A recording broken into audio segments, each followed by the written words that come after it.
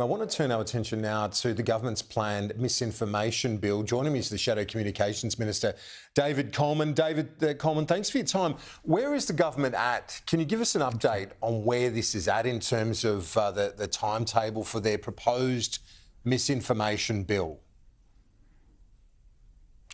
Yeah, well, where this is at, Kieran, is a very disturbing place, which is the government wants to ram this legislation through the Parliament this year.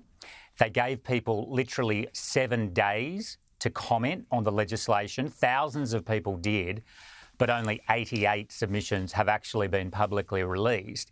And so what we are heading to quite soon, probably in late November, Kieran, is D-Day on this legislation. And the Senate will be called upon to vote, and they must reject this legislation. The coalition certainly will be rejecting it because it is an appalling attack on free speech. It will have a significant impact on political debate in Australia.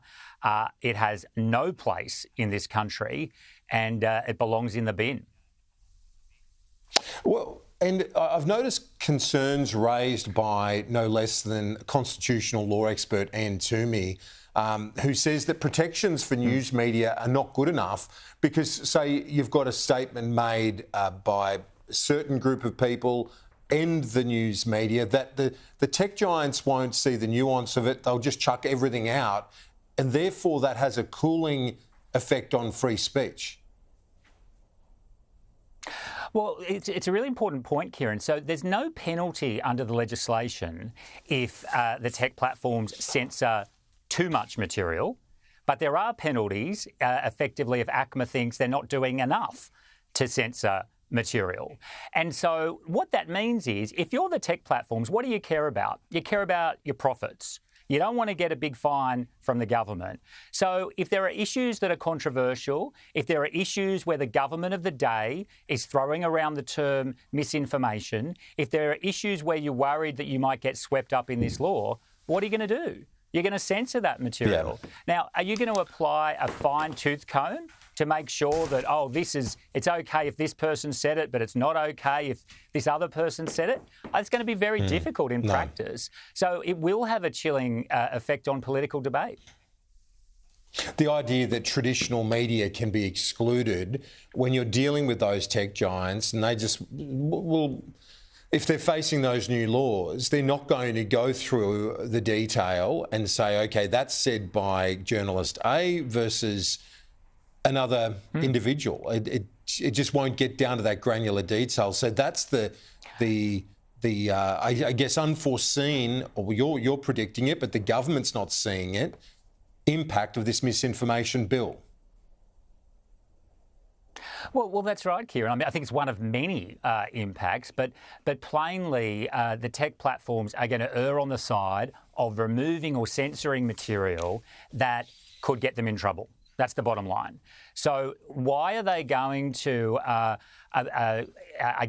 impose a very, very specific and granular focus on not removing or censoring traditional media content when they're under pressure to remove controversial subjects, which they would be?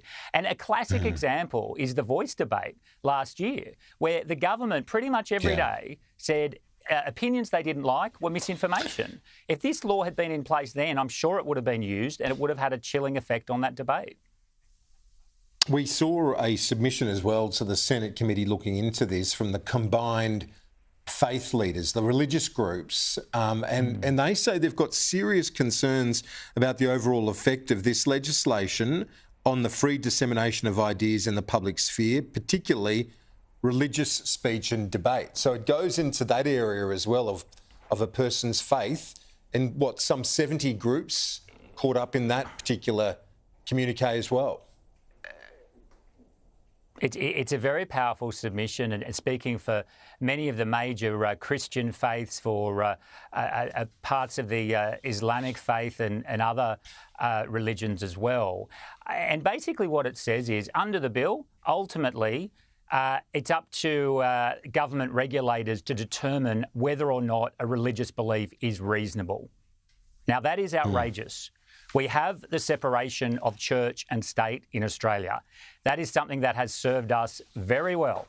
The notion that government regulators would determine if a religious belief is reasonable is outrageous. It's unacceptable. But as the church leaders point out, the religious leaders point out, that's a feature of this bill. Let's stay in touch. I'm going to talk to the Combined Faith Leaders Group as well as Jackie Lambie on the crossbench and others to get their thoughts on this, because there are some concerning elements. David Coleman, thanks for clarifying all of that for us today. Appreciate it. Thanks, Kieran.